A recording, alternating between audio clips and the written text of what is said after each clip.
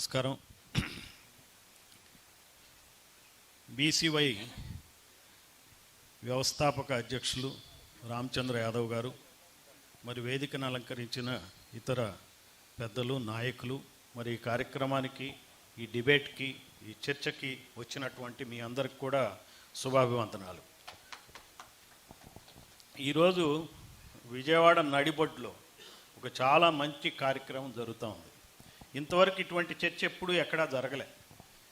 ఎక్కడన్నా జరిగినా కానీ ఇక్కడ ఇక్కడ జరగటం అనేది కరెక్ట్. ఇది పైన అమ్మవారు కింద ఉన్న ప్రాంతంలో జరగటం అనేది గొప్ప విషయం.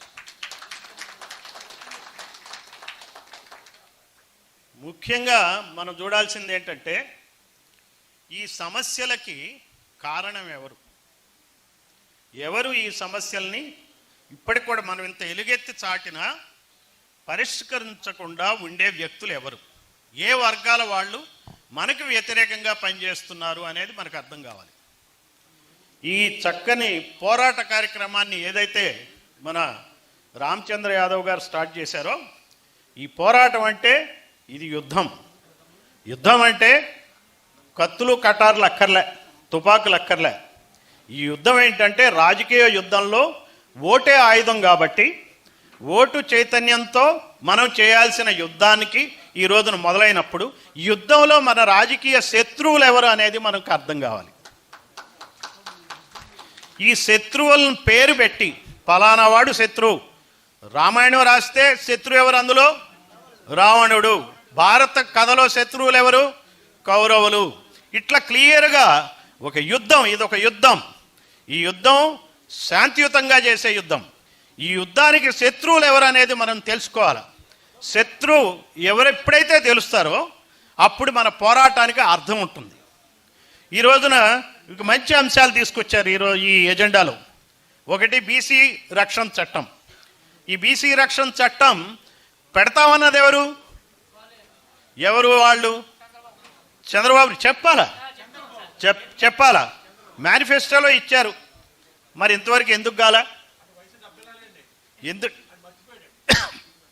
సో అందువల్ల మనం అది గుర్తుపెట్టుకోవాలి. వాళ్ళు మర్చిపోవటం వాళ్ళ పని. వయసు ఉన్నా కానీ మర్చిపోతారు. అది మనకు అర్థం కావాలి. ఇప్పుడు ఏంటంటే, నేను అనేది ఈ మేనిఫెస్టోలో ఏదైతే ఉందో బీసీ రక్షణ చట్టం ఎందుకు తేలే? ఇప్పుడు ఎందుకని మనం అందరం కులాల పేర్లు మార్చుకుంటున్నాం? కుమ్మరంటే కులం పేరు ఏం చెప్తారు? శాలివాహనులు అంటారు. చాకలంటే ఏమని చెప్తారు? రజక అంటారు. మంగళంటే ఏం చెప్తారు? నాయి బ్రాహ్మణ. గొల్ల అంటే ఏం చెప్తారు? యాదవ. ఇట్లా ప్రతిదానికి పేర్లు మార్చుకుని తిరగాల్సి వస్తుంది. ఎందుకు తిరుగుతున్నాం అంటే, ఆ పేరుతో పిలుస్తున్నారు కాబట్టి, కులం పేరుతో పిలుస్తున్నారు కాబట్టి, కించపరుస్తున్నారు కాబట్టి మనం మార్చమని అన్నాం. ఈ మార్చాలంటే దానికి ఒక చట్టం ఉండాలి. చట్టం లేకుండా ఏం కాదు. ఇప్పుడు ఎస్సీలని కులం పేరుతో తిడితే ఏమవుతుంది? కేసు అవుతుంది. కేసు అయితేనే కానీ ఈ సమాజం మానదు. నేను పోలీస్ ఆఫీసర్గా చెప్తున్నా, చట్టం అనేది ప్రతిదానికి ఉండాలా. ఈ చట్టం తేవటం అనేది చాలా అవసరం. దీనికి పెద్ద చర్చ కూడా అక్కర్లే. అదొక పాయింట్, అదొక మంచి అంశం, నాకు నచ్చిన అంశం. తర్వాత రాజధానిలో వాటా ఏంటి? ఈ రాజధానిలో వాటా విషయం మనకేం తెలియదు. ఎవరో ల్యాండ్స్ ఇస్తున్నారు, వాళ్ళకి ల్యాండ్ వచ్చిన వాళ్ళకి భూపరిహారం వస్తుంది. 1250 గజాలు ఇస్తున్నారు అంటే ఎకరం ఇస్తే ఎంతండి?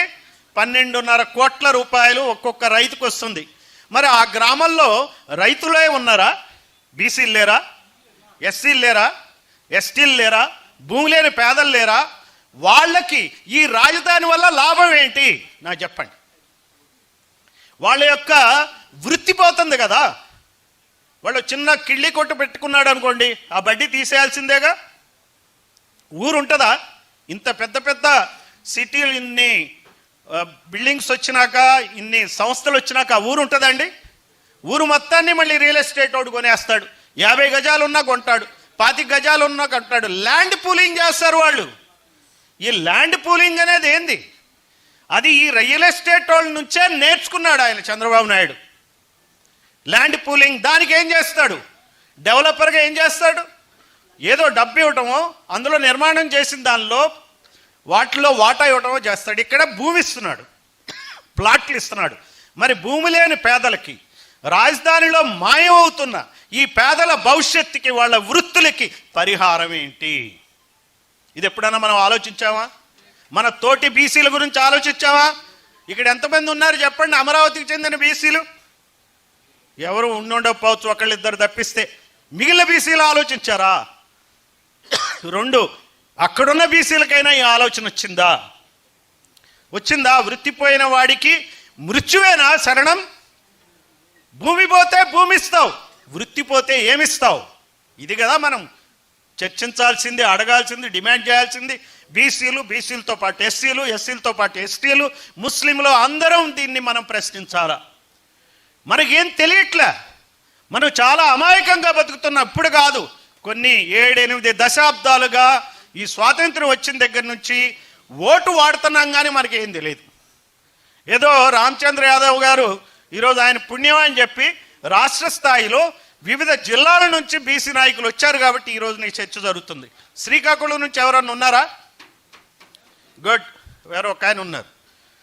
తర్వాత విజయనగరం, వైజాగ్, ఓ గుడ్. అనకాపల్లి, తర్వాత ఈస్ట్ గోదావరి, పాత ఈస్ట్ గోదావరి, వెస్ట్ గోదావరి పాతది, కృష్ణా, తర్వాత ప్రకాశం, గుంటూరు, నెల్లూరు, చిత్తూరు,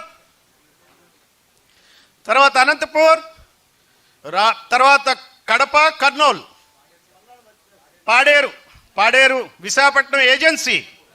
ఏజెన్సీ ఉన్నారు కదా. ఈ ఏజెన్సీది ఇంకొక మాట చెప్పాలా నేను? మీరు ఆదివాసులా కాదా? ఆదివాసులు ఎవరన్నా ఉన్నారా? నంద్యాల అంటే 10 జిల్లాల పేర్లు, అంటే పాత జిల్లాలు చెప్పాను. కర్నూలు ఉన్నారు కదా మీరు, కర్నూలు చెప్పానా? చెప్పలేదా? ఓకే. పల్నాడు అంటే గుంటూరు కదా, పాత గుంటూరు. సో అందువల్ల నేను చెప్పేది ఏంటంటే ఇక్కడ ఏం వివక్ష లేదు. పాత జిల్లాల పేర్లు చెప్పాను కాబట్టి చెప్పని జిల్లాల వాళ్ళు ఏమనుకోవద్దని చెప్పి నేను కోరుతున్నా. ఆదివాసీలు ఉన్నారు, పోలవరం ప్రాజెక్ట్ వస్తుంది, దాని కింద ఆదివాసీల భూములు 3 లక్షల హెక్టార్లు పోతుంది. వాళ్ళకి ఏమి ఇస్తున్నారండి పరిహారం? ఇక్కడ ఎకరం పోతే 1250 గజాలు ఇస్తున్నారు. ఎందుకు ఇస్తున్నారండి? ఏ కులానికి చెందిన వాళ్ళు అయితే ఇస్తారండి ఈ పరిహారం? ఏ కులానికి చెందిన వాళ్ళ ప్రభుత్వం అయితే పరిహారం వస్తుంది చెప్పండి? మన కులాలకు చెందిన ప్రభుత్వం వస్తేనే మనకు పరిహారం వస్తుందా? వాళ్ళ కులాలకు చెందిన ప్రభుత్వాలు ఉంటే మనకు రాదా? అర్థమవుతుందా లేదా? ఇది మనం ప్రశ్నించాలా, ఇది మనం అర్థం చేసుకోవాలా. మనం కోరాల్సింది ఈ రోజున ఈ పరిహారం, కాంపన్సేషన్లో డబ్బుల పరిహారం కాదు. మనం కోరాల్సింది ప్రతి సమాజం, బీసీ, ఎస్సీ, ఎస్టీ, ముస్లింలు ప్రతి విషయంలో మనం భూమినే పరిహారంగా కోరాలా. భూమి ఉంటే అది ఎప్పటికైనా సరే అది బ్రహ్మాండమైనటువంటి బంగారం, డబ్బులు వస్తాయి. ఇవన్నీ మనం అర్థం చేసుకోవాలా. అందువలన ఈ రాజధానిలో వాటా 1000 ఎకరాలు ఇవ్వాలనేది ఒకటి, తర్వాత రాజధాని నిర్మాణంలో బీసీల పాత్ర ఏంటనేది ఒకటి, చాలా మంచి అంశాలు. తర్వాత కులగణన, 44% రిజర్వేషన్లు, జనాభా దామాషా పద్ధతిలో ఎస్సీలకి రిజర్వేషన్లు ఉన్నాయి, అంతే కదా. ఎంత జనాభా ఉంటే అంత, ఎస్టీలకి ఎంత జనాభా ఉంటే అంత. అయితే ఎస్సీలోని కులాల వారీగా, ఎస్టీల్లోని కులాల వారీగా మళ్ళీ అంతరాలు ఉన్నాయి, అది వేరే సబ్జెక్ట్. విదిన్ కమ్యూనిటీస్ తేడాలు ఉన్నాయి. అది పక్కన పెడితే ఒక ఎస్సీ వర్గంగా కానీ, ఒక ఎస్టీ వర్గంగా కానీ మొత్తం జనాభా దామాషా పద్ధతిలో రిజర్వేషన్లు ఉన్నాయి. మరి బీసీలకు ఎందుకు ఉండవండి జనాభా దామాషా పద్ధతిలో రిజర్వేషన్లు? బీసీలు ఏం అన్యాయం చేశారు? ఇంతవరకు రాజకీయాల్లో బీసీల పాత్ర ఏంటి చెప్పండి? ఎంతమంది ఎమ్మెల్యేలు ఉన్నారు ఈ నాటి ఏపీ అసెంబ్లీలో చెప్పండి? 175 స్థానాల్లో 40 మందే బీసీలు ఉన్నారు. మరి 90 మంది ఉండాలా? ముస్లింలు 3 ఉన్నారు, కానీ ఎంతమంది ఉండాలా? 10-12 మంది ఉండాలా? ఇది జనాభా దామాషా పద్ధతి. 2024లో ఆంధ్రప్రదేశ్ ప్రభుత్వం చేసిన సర్వేలో వచ్చిన జనాభా నిష్పత్తి ప్రకారం నేను చెప్తున్నా. మరి అది పోయింది. మన సీట్లన్నీ ఎవరు కొట్టేస్తున్నారు? బీసీల సీట్లన్నీ ఎవరు కొడుతున్నారు?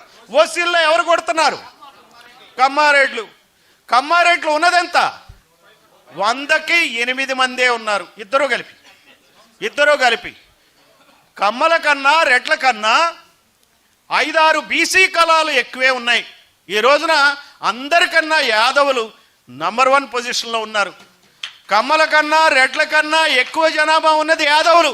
ఇప్పుడు యాదవుల మీద గురుతరమైన బాధ్యత ఉంది, గౌట్ల మీద గురుతరమైన బాధ్యత ఉంది. గౌట్లు, శెట్టి బలిజలు కమ్మ రెడ్ల కన్నా ఎక్కువే ఉన్నారు, అటు యాదవులు ఎక్కువే ఉన్నారు. ఇక్కడ ఆలోచించాలా, ఇది కుల సమాజం కులాల వారీగా విడదీసింది కాబట్టి గౌట్లు విడిగా, యాదవులు విడిగా, ఇతర బీసీలు విడిగా మనం ఆలోచిస్తే విడివిడిగానే ఉంటాం. విడివిడిగా మనల్ని ఒక్కొక్క క్యాంపుని విడదీసి యుద్ధం చేసి ఒక్కొక్క క్యాంపుని చంపేటువంటి యుద్ధం చేస్తున్నారు ఈ 2 కులాల వాళ్ళు, అది గుర్తుపెట్టుకోవాలి. ఇప్పుడు ఏమంటారంటే ఈ ప్రభుత్వం బాగాలేదంటారు. అవునంటారా కాదంటారు? బాగుందండి ఈ ప్రభుత్వం? చెప్పండి, బాగుందన్నోళ్ళు ఎవరైతే చేతులు ఎత్తుతారా? ఎవరు ఎత్తడానికి ఇబ్బంది పడతారు. సో లేదు. అయితే జగన్ ప్రభుత్వం బాగుంటుందండి? బాగుంటుందా? కాదు. మనలో ఎలాంటి తేడా ఉందంటే, బాబు ఎట్టాగూ ఓడిపోతాడు ఈసారి, వచ్చేసారి జగన్ వస్తాడు అనుకుంటున్నారా లేదా? ఇది మారాలి.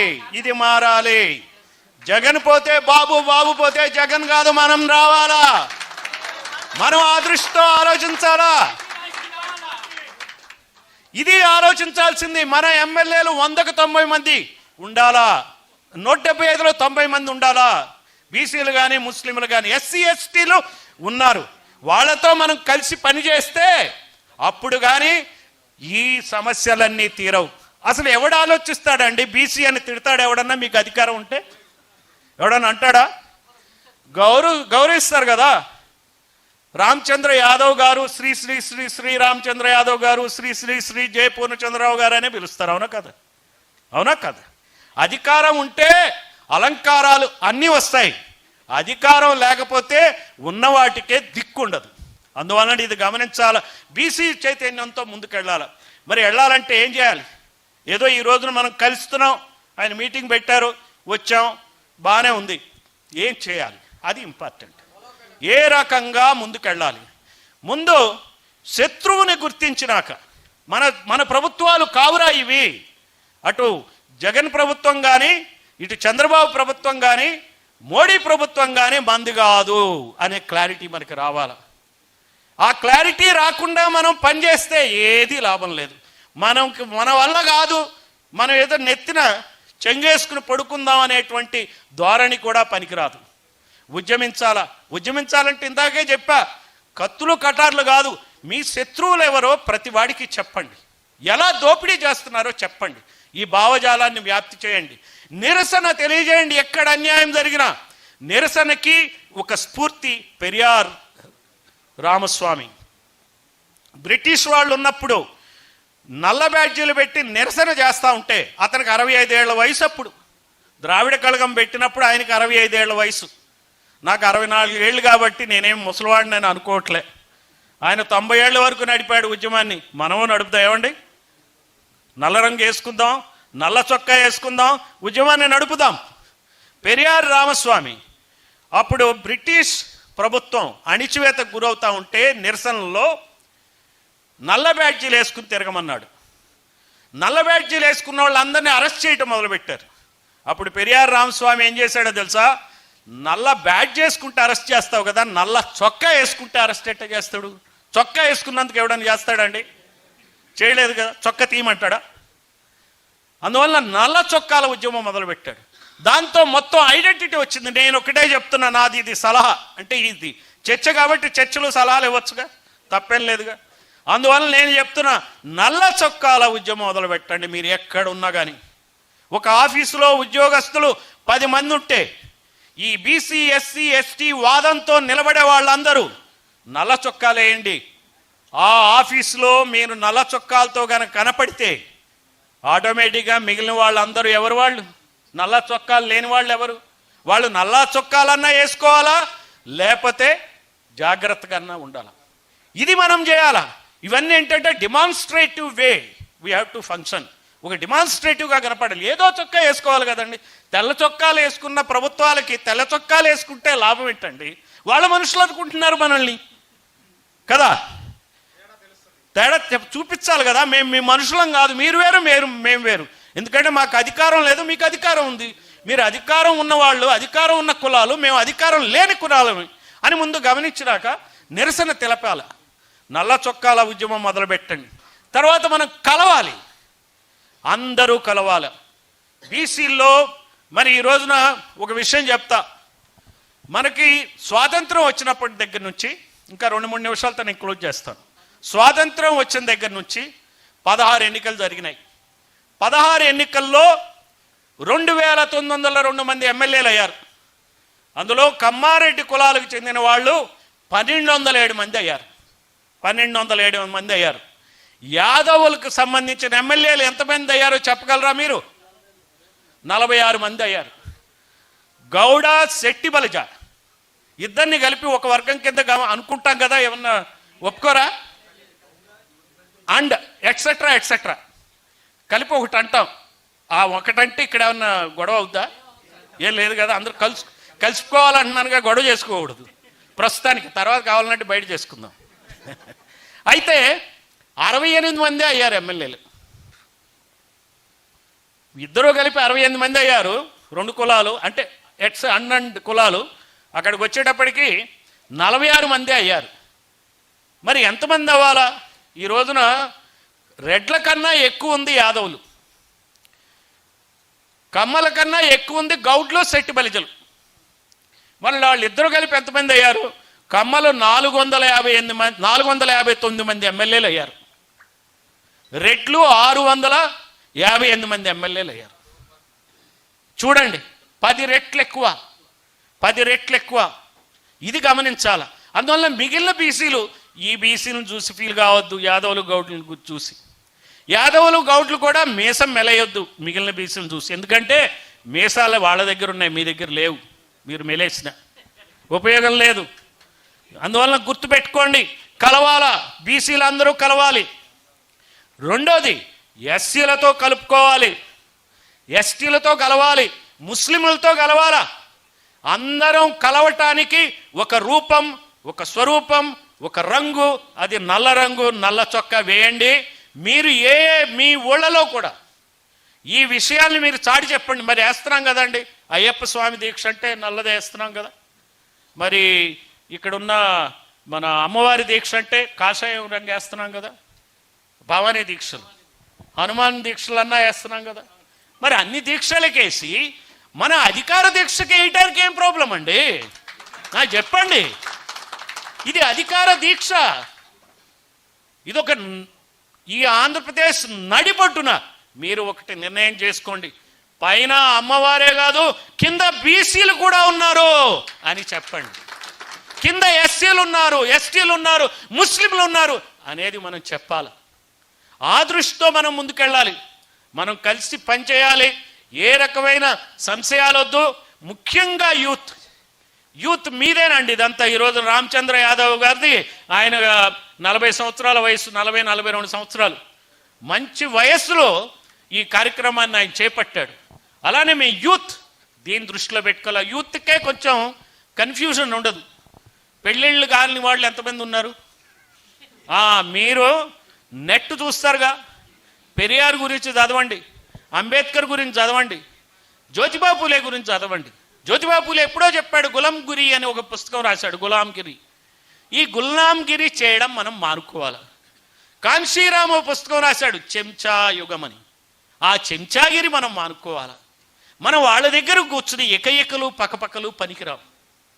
వాళ్ళు మీ దగ్గరకు వచ్చి ఎకఎకలు పక్కపక్కలు అయ్యేట్టుగా మీరు చూసుకోవాలి. ఆ దృష్టితో పనిచేయాలి. పోరాడితే పోయేదేం లేదు, బానిస సంకెళ్ళు తప్ప. ఈ కనపడని బానిస సంకెళ్ళని మనం ఖచ్చితంగా ఛేదించాలా. మరి ఆ దృష్టితో ఈ రోజున ఒక మంచి కార్యక్రమం నడుస్తుందని చెప్పి నేను భావిస్తూ, మరి అవకాశం ఇచ్చినటువంటి బీసీవై పార్టీ వ్యవస్థాపక అధ్యక్షులు రామచంద్ర యాదవ్ గారికి, తదితర పెద్దలకి, వారి యంత్రాంగానికి ధన్యవాదాలు తెలియజేస్తాను. Thank you very much sir. మీ అమూల్యమైన ఆలోచనలను మాతో పంచుకున్నందుకు, తెలియని ఎన్నో విషయాలను కూడా తెలియజేసినందుకు. ఇది కేవలం సదస్సు కాదు, ఒక చారిత్రక సంఘం.